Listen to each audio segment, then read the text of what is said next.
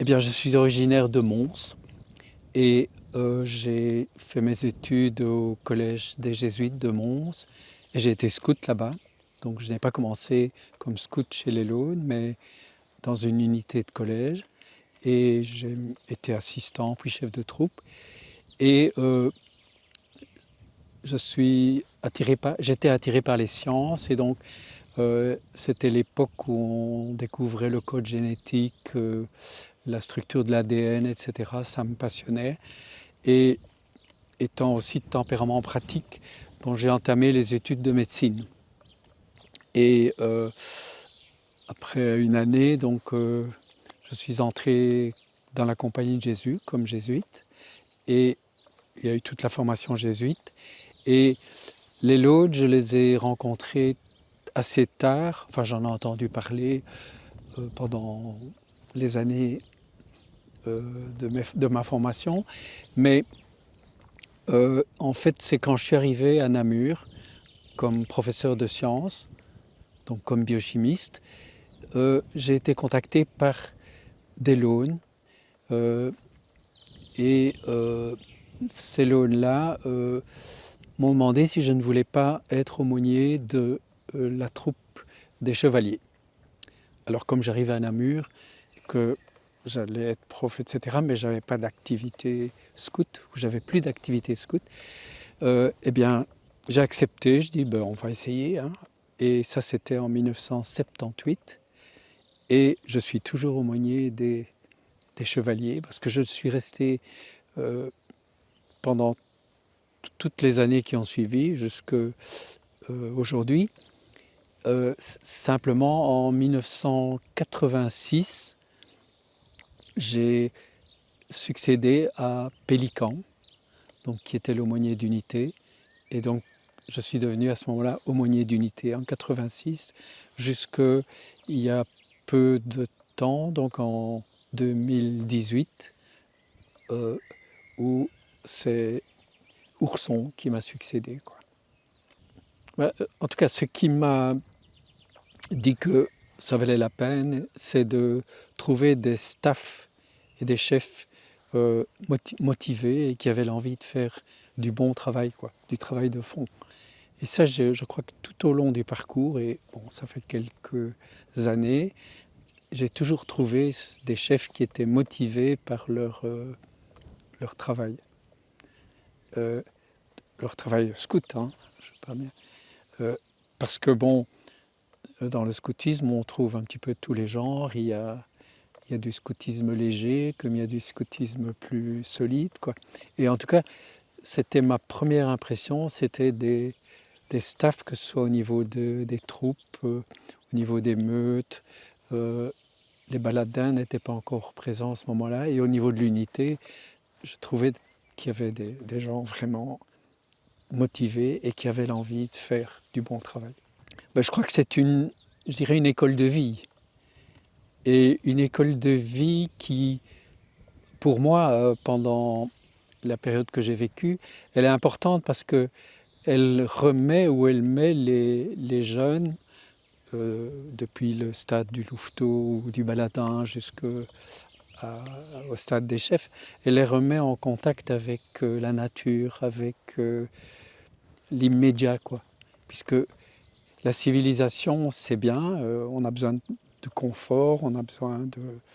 Je ne nie pas la civilisation, mais on a besoin aussi de voir qu'est-ce qui est essentiel pour bien vivre. Et quand on fait un bon camp scout, eh bien on remarque qu'il y a moyen de vivre des bonnes choses, de vivre avant tout des valeurs de relation, des valeurs de cœur, des valeurs de confiance, etc., dans un contexte très simple. Oui, je crois qu'il y a une valeur de service dans le sens où, par exemple, au niveau d'une patrouille, le CP, eh bien, a un âge auquel il peut encourager, enthousiasmer ses scouts. Et les scouts, le système de patrouille est un système vraiment génial parce que les plus jeunes sont encouragés à faire des tas de choses par les aînés. Et les aînés, eh bien, ils sont à un âge où ils sont fiers, ils sont conscients de ce qu'ils peuvent apporter aux plus jeunes, quoi. Ça, et alors, on peut transposer ça au niveau des chefs, à tous les niveaux, quoi. Alors, dans cette relation, il y a une relation de confiance qui est capitale. Et confiance, ça veut dire je peux compter sur l'autre. Si je lui demande quelque chose, je sais qu'il va le faire. Et l'autre est content d'être considéré pour ce qu'il peut faire, d'être reconnu, qu'on puisse compter sur lui, quoi. Donc, mais je crois que, fondamentalement, un gars ou une fille qui a l'envie de vivre quelque chose qui a du sens, eh bien, il faut vivre cela au niveau de valeurs fondamentales. Alors tantôt je parlais de la confiance, du service rendu, du sentiment qu'on est estimé à sa valeur, etc. Et je crois qu'il y a des valeurs fondamentales qui sont vraiment vécues de manière explicite dans le scoutisme, avec un aspect, le scoutisme n'est pas que sérieux, il y a des côtés, on se fait plaisir ensemble, on joue, on monte, c'est une aventure, quoi. Et je crois que c'est fondamental. Et je crois que ceux qui commencent le scoutisme, eh bien, sont heureux de vivre en dehors des carcans de la société, en se respectant, en respectant un certain nombre de règles, mais en allant à l'essentiel, quoi. C'est-à-dire que c'est à travers ces lectures que j'ai compris, d'abord, ne fût-ce que la signification de l'aune. Alone, ça veut dire que, disons, quand le scoutisme est né, donc dans les années 1922, quelque part par là, il y avait beaucoup d'internats. Donc, les internes retournaient dans leur famille ou se retrouvaient seuls le week-end. Et donc, les patrouilles scouts sont nées dans les internats et les réunions, c'était d'abord des réunions de patrouille. Et l'idée de troupe n'est arrivée que plus tard. Donc à travers des gens comme l'abbé Atout, etc., ou le père Atout, qui a été un des premiers chefs des Launes, quoi. Voilà. Et ça, c'est un élément. Et alors, je trouvais que l'idée de week-end plutôt que des réunions d'un dimanche ou d'un dimanche après-midi était bien parce que ça soudait un groupe. Donc les scouts se retrouvaient pour un week-end, ils partaient, ils se retrouvaient dans une gare et puis ils partaient dans la nature et ils vivaient un week-end ensemble. Je trouvais que ce sont deux éléments qui je trouvais très, très importants. Et bien c'est vrai que, en tout cas, dans la période des années 80, quoi, donc 75-80, il y a eu, je crois, le contre-coup de mai 68 avec la Grande Libération, etc. Et il fallait se relâcher de contraintes un peu trop fortes, que ce soit des contraintes dans l'éducation, que ce soit des contraintes dans l'Église aussi. Et le scoutisme s'en est ressenti, quoi. Et je trouvais, moi, à ce moment-là, on a parlé de créer des éclaireurs, des pionniers, enfin de rediviser l'entité scout. Et moi, je trouvais que le fait des scouts unitaires, comme on disait à cette époque, était une grande qualité. Parce que justement, les aînés avaient quelque chose à faire, c'est transmettre leur savoir aux plus jeunes. Et les plus jeunes avaient des aînés à suivre et à admirer, quoi. Et moi, je trouvais que c'était fondamental. Et je voyais que du côté du stade où on avait les éclaireurs, les pionniers, les aînés n'avaient rien à faire. Et donc finalement, ça tournait à des des soirées où on buvait, on discutait, etc. Ça marchait bien quand il y avait un projet derrière, quand il y avait un beau projet. Je sais pas moi, aller passer un mois au Sahel ou quelque part pour aider des gens, etc. Alors là, les aînés donnaient toute leur force. Mais sinon, ça tournait à des soirées dansantes déguisées, des choses comme ça, quoi. Mais je trouve que ces valeurs-là, tant qu'elles restent des valeurs qui s'adressent à la recherche de sens, à la recherche de qualité de vie, etc., sont des valeurs solides. Si ça devient purement formel, alors là, ça ne vaut pas la peine.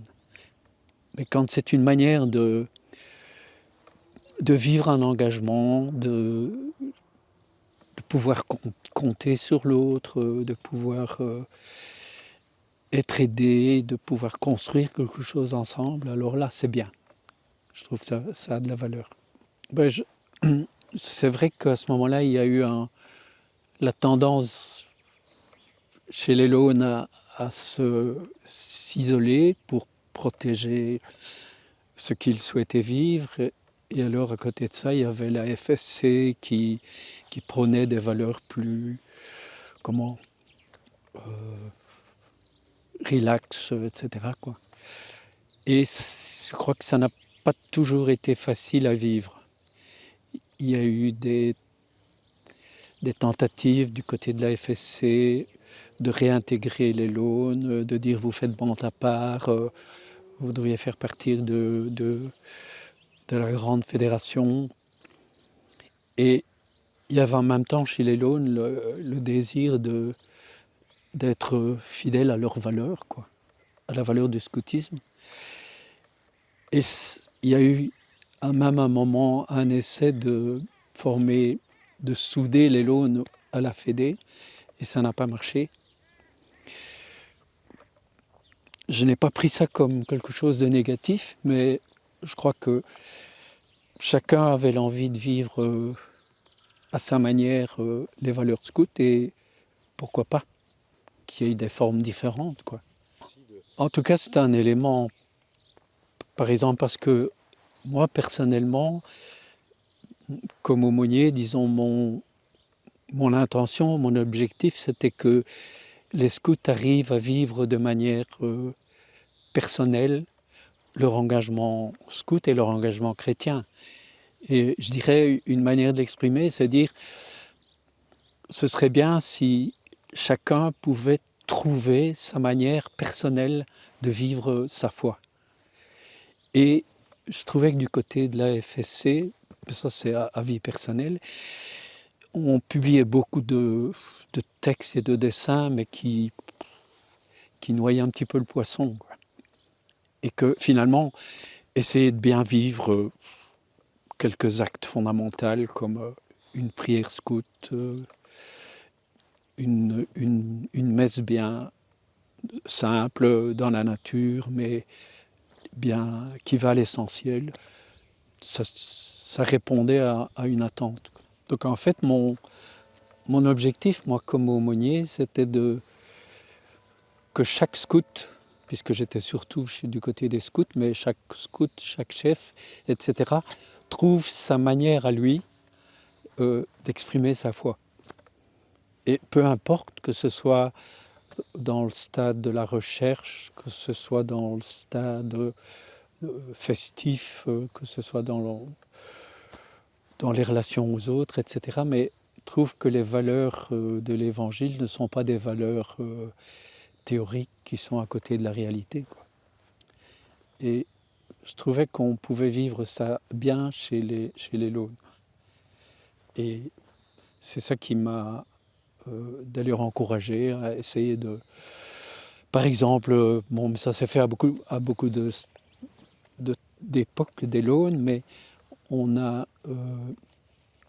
préparé un carnet d'animation à la fois, avec des textes, des réflexions sur les textes, etc. Et ça s'est fait en collaboration, quoi, avec un chef ou l'autre, et on est arrivé à un résultat, à un petit bouquin qui pouvait être emporter en week-end et qui pouvaient servir de source pour un temps de réflexion, quoi. Avec l'idée que quand les scouts préparent un week-end de troupes, ben, on tâche d'abord d'organiser les activités, etc. Et que l'aspect religieux, c'était pas l'aspect premier qui était préparé. Et je ne mets pas de négatif là-dessus, mais je veux dire, on prépare l'activité, puis on se dit à la fin, tiens, il faudrait peut-être prévoir un temps de réflexion. Et quand on a un petit bouquin ou quelques textes à disposition, ben, ça y est, quoi. Je veux dire, quand moi je suis arrivé, il y avait d'autres aumôniers qui étaient là et qui sont décédés début 2000, 2002, 2008, etc. Et ils faisaient des soirées de préparation à l'animation religieuse, etc. Ça marchait, c'est pas toujours évident, quoi. Par après, il y a eu les week-ends de formation, donc au mois de mars, enfin à peu près avant Pâques, autour de Pâques. Et les derniers d'ailleurs se sont faits ici à l'abbaye. Et dans les week-ends de formation, on a essayé différentes formules sur l'animation à la fois. Et ça s'est fait sous différentes formes, des témoignages, des trucs et des ficelles pour pouvoir faire une bonne animation, etc. Et bon, ça a marché. C'est très difficile de dire que quelque chose va réussir du premier coup. Il y a une question de climat, il y a une question de confiance, etc. Et je crois que les meilleurs moments pour moi de préparation à une animation, c'était finalement de préparer par exemple les promettants. Donc à ce moment-là, il y a une certaine réceptivité qui est là parce que bon, on désire s'engager, donc on réfléchit un petit peu sur le contenu de la foi scout et on tâche par exemple de choisir un texte d'évangile qui correspond à ce qu'on vit ou ce qu'on désire partager.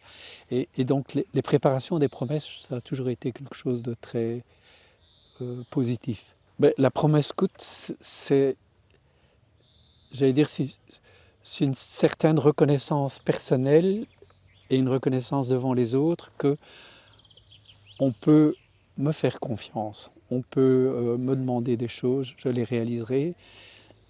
J'ai acquis une certaine expérience et je m'engage, quoi. Je m'engage vis-à-vis de ma patrouille, vis-à-vis de la troupe, vis-à-vis de la meute. On peut compter sur moi, quoi. Et cette promesse, bon, puisque la vie du scout, c'est une vie avec des étapes, on fait déjà une promesse quand on est louveteau, mais une promesse, ça doit se renouveler, quoi. Mais c'est la même qui a mûri, qui se refait chez les scouts. Et à un moment donné, même, on avait pensé une promesse des chefs. L'engagement des chefs, quoi. Et promesse, bon, ben, ça prépare à un engagement dans la vie, donc c'est important, quoi. Ouais. Je crois que beaucoup de scouts se rappellent de leurs promesses. Parce que pour eux, c'est... Oui, il y a le symbole aussi. Et voilà. Je crois que l'animation religieuse ou la démarche de foi, elle se marque plus facilement à des moments clés comme ça. À un moment d'engagement comme chef. Et à ce moment-là, on réfléchit à tout le contenu de son scoutisme, à ce qu'on peut faire, et nécessairement, on réfléchit, si on est scout chrétien ou si on partage une certaine foi, on réfléchit à cet aspect-là. Oui, parce que d'ailleurs, à partir de ces années 80, le nombre de l'aune n'a fait qu'augmenter. Et on s'est même posé la question à une époque diviser l'unité en deux, mais c'était une question sans solution, parce que quelle partie allait être la fondatrice et quelle autre partie n'allait plus être fondatrice, quoi. Donc l'unité restait l'unité. Mais ça posait un problème parce que justement, pour partager des valeurs fondamentales et les vivre, quand on est trop nombreux, finalement, on ne connaît plus tout le monde. Et c'était une question qui se posait beaucoup chez les chefs et au niveau spécialement aussi du staff d'unité. Ça, j'ai toujours remarqué, admiré d'ailleurs, le fait que les staffs connaissaient tous leurs chefs par leur prénom, et il y avait un contact qui était basique, qui était essentiel, quoi. Mais le problème s'est posé à ce moment-là parce que pour vivre à fond des valeurs, il ne faut pas être trop nombreux, il faut se connaître, quoi. Mais je crois que quand on découvre des valeurs sûres, pas des valeurs théoriques, mais des valeurs de vie, et quand on les vit en groupe, et quand on y trouve un certain bonheur, quoi, parce qu'un scout heureux, c'est un vrai scout, quoi. Avec ses talents, il a eu l'occasion de développer ses talents, l'occasion de s'exprimer avec ce qu'il est, de se sentir à l'aise dans sa patrouille, etc. Je trouve que quand on repense après coup à ce qui a été vécu dans le scoutisme, eh bien, c'est ça qu'on retient, quoi. C'est le fait que j'ai été reconnu, j'ai pu m'exprimer, j'ai pu me développer, j'ai pu apporter des choses. Et ces talents-là, je les exprime dans la vie professionnelle. D'ailleurs, dans beaucoup d'engagements professionnels, je crois que le fait d'avoir été scout est un atout. Pourquoi ? Parce qu'on sait que normalement, celui qui était scout, il a appris à se débrouiller, il a appris à prendre des initiatives, il a appris à être créatif. Et dans une entreprise, si on n'est pas créatif, on est bon pour l'administration au sens négatif du terme, quoi. Les camps d'unité, d'abord, je crois qu'il n'y a pas que le camp lui-même, mais il y a tout le temps de préparation. Donc ça crée une cohésion au niveau du staff spécialement dédié à cette préparation, quoi. Et ça crée une dynamique dans ce groupe-là, et si ce staff est très vivant, il parvient à créer une dynamique dans les troupes.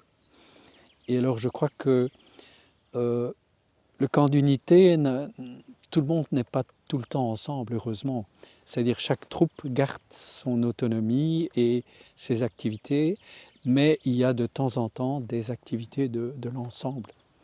Et le fait de se retrouver en grand groupe, etc., donne un sentiment de force, ça fonctionne bien, on est bien, on a une structure qui tient la route, quoi. Alors tant que ça ne devient pas uniquement la compétition est très bonne. Et par exemple, le camp d'unité, c'est l'occasion pour les troupes de montrer ce qu'elles ont de meilleur, que ce soit dans le sport, que ce soit dans le woodcraft, que ce soit dans l'animation d'une veillée, ou que sais-je, quoi. Mais il y a une compétition qui s'installe, et si la compétition est fair, est correcte, est sympa, eh bien c'est excellent. Ça crée un sentiment d'appartenir à une unité qui n'est pas seulement théorique, mais qui est réelle, quoi. C'est un peu mélangé avec les camps scouts, etc. Mais par exemple, je me rappelle d'un retour assez récent où il y avait un grand rassemblement d'unités au Lion de Waterloo. Et il y avait ce grand rassemblement avec le temps qu'il faut pour que tous les cris de troupes et de meutes et des baladins, etc., soient entendus. Et à ce moment-là, le chef d'unité était un chef qui terminait son mandat. Et donc, c'était un moment assez émouvant pour le staff et pour la troupe, et pour la l'ensemble des troupes, etc. Je crois que les fins de camp sont quelque part, on revient avec tout un vécu, les fins de camp d'unité aussi, on revient avec tout un vécu et on sait que ce soir, on termine, quoi. Chacun rentre chez lui.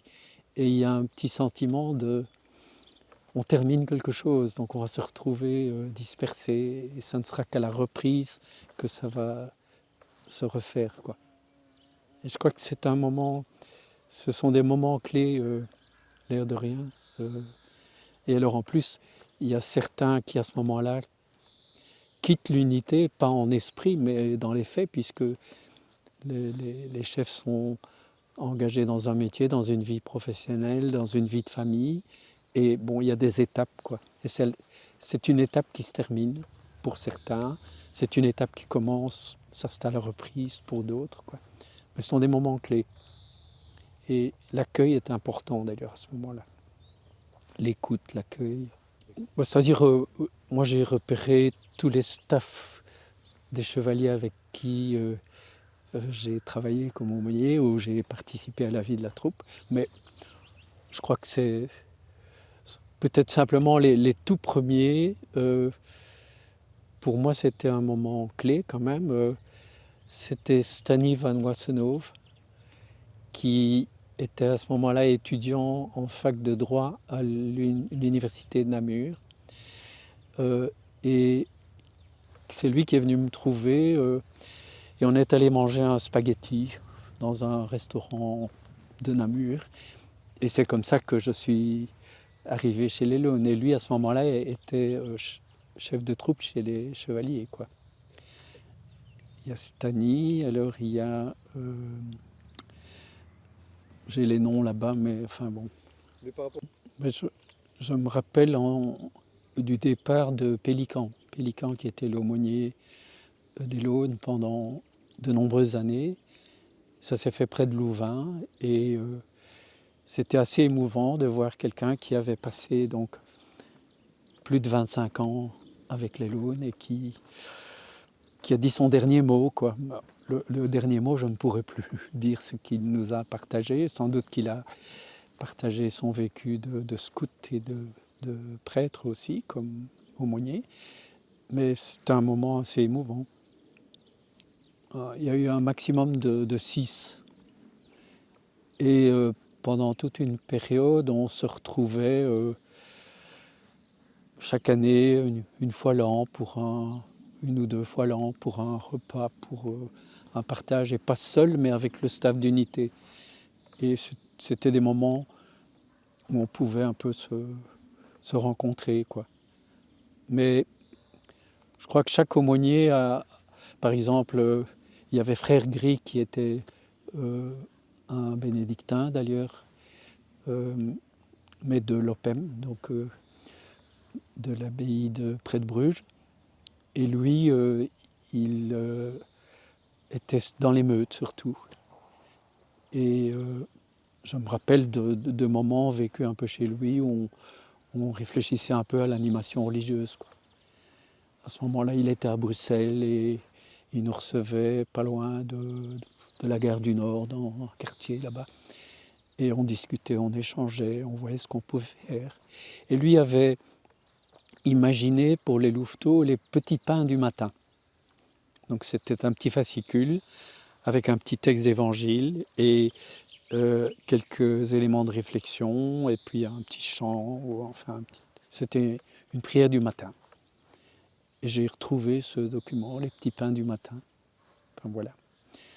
Donc chaque aumônier avait sa manière de travailler. Par exemple, Jacques de Serres, qui était longtemps professeur au collège Saint-Pierre à Uccle. Et lui, il connaissait ses scouts à fond. Il leur téléphonait à leur anniversaire. Enfin, il y avait un vécu avec ces scouts avec les scouts de la troupe où il était, qui était assez remarquable. Et je l'admirais d'autant que moi, j'avais quelques difficultés à retenir tous les noms, tous les prénoms, etc., quoi. Oui, et puis des choses qui vont et des choses qui ne vont pas, parce que dans dans toute organisation qui vit, il y a des choses qui font problème et il y a des choses qui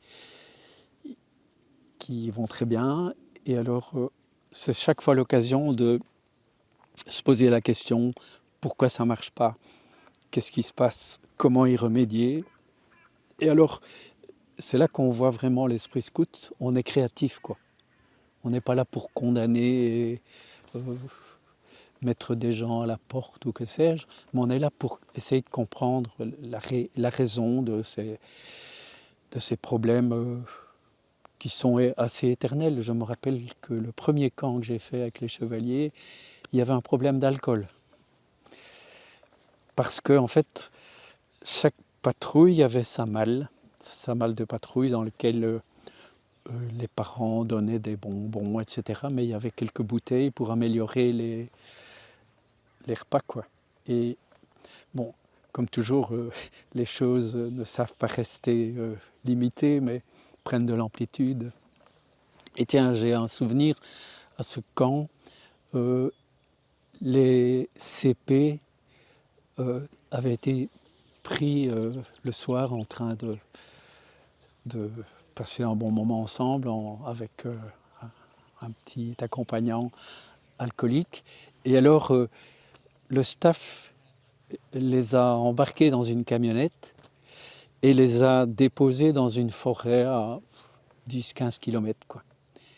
Et je me rappelle que le lendemain matin, donc il y avait rassemblement, les CP n'étaient pas là, et puis on les a vus apparaître à l'orée du bois, pas loin du lieu de rassemblement. Ils revenaient un peu penauds de leur aventure, quoi. Enfin, ça, je me rappelle. Et puis, les choses se sont mises en route et voilà, quoi. Mais moi, ce qui m'a vraiment marqué au cours de ces longues années, c'est qu'il y a une vie fondamentale qui n'a pas tellement changé depuis, allez, je dirais 30 ans. Et maintenant, je ne remonte pas plus haut parce que ça, c'est trop loin. Donc, on vit le même scoutisme et on le vit relativement de la même façon parce que, en fait, c'est un peu comme la nature. La nature, elle n'a pas changé fondamentalement depuis 50 ans ou bien 100 ans. Et donc, les valeurs de base, les valeurs fondamentales, elles sont toujours présentes et elles sont pérennes, quoi. Elles passent les âges. Bien, tantôt, il y avait un ancien scout proche de 100 ans, il repartageait tout son vécu d'il y a 80 ans, sans doute, enfin, d'un temps bien compté. Et je crois que c'est ça que je dirais, garder ce bagage fondamental, les qualités de cœur, les qualités d'attention aux autres, les qualités de créativité, les qualités de utiliser son intelligence et ses talents, quoi. Et le scoutisme permet ça, éveille tout ça. Et donc c'est une excellente école.